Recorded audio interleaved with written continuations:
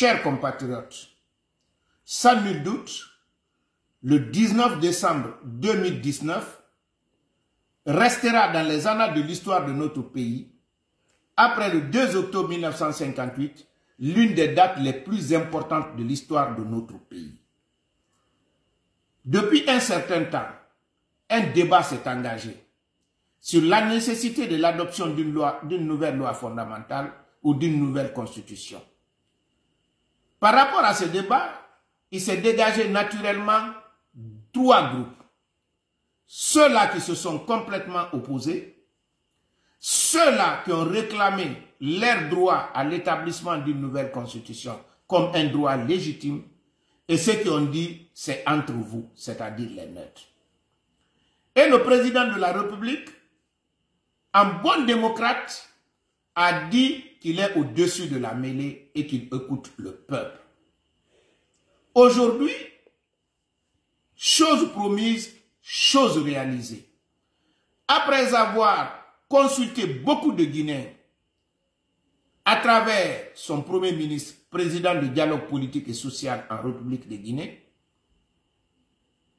il a décidé de trouver une solution idoine, c'est-à-dire préparer un projet de constitution, nous envoyer au référendum.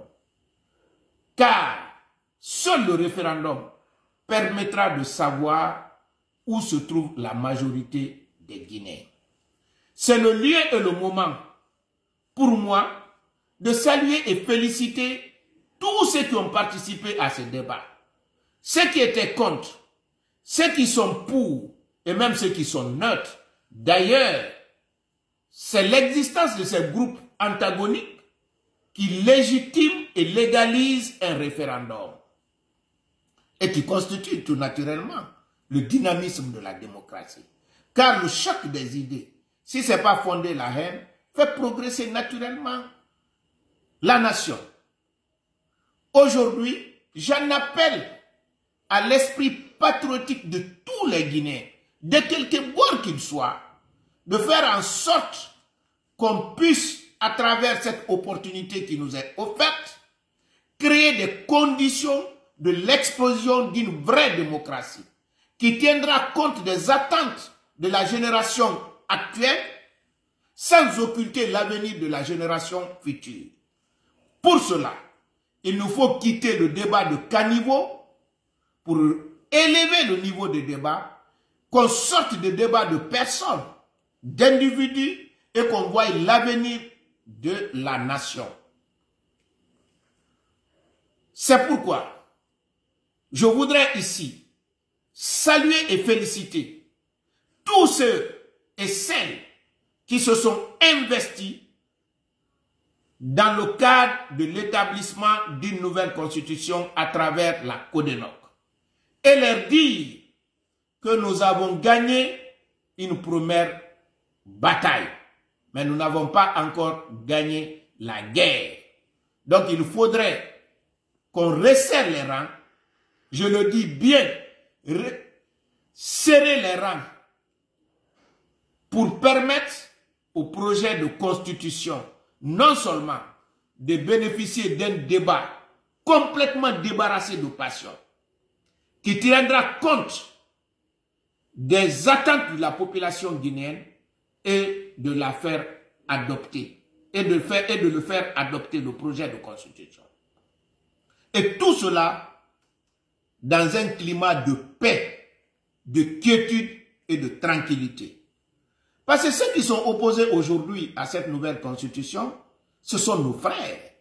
Peut-être nous n'avons pas la même perception de la réalité des choses et les avantages que cette nouvelle constitution procure.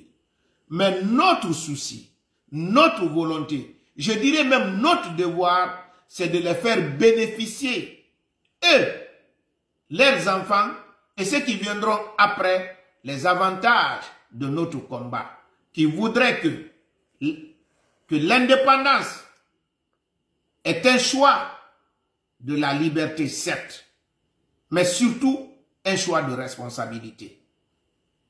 Et ce choix de responsabilité commence par la capacité du peuple à choisir librement comment il doit être géré. Et cela, d'ailleurs, est conforme même au préambule de la Constitution que le FNDC défend aujourd'hui, qui dit que la souveraineté appartient au peuple et l'exerce par ses représentants élus ou par référendum.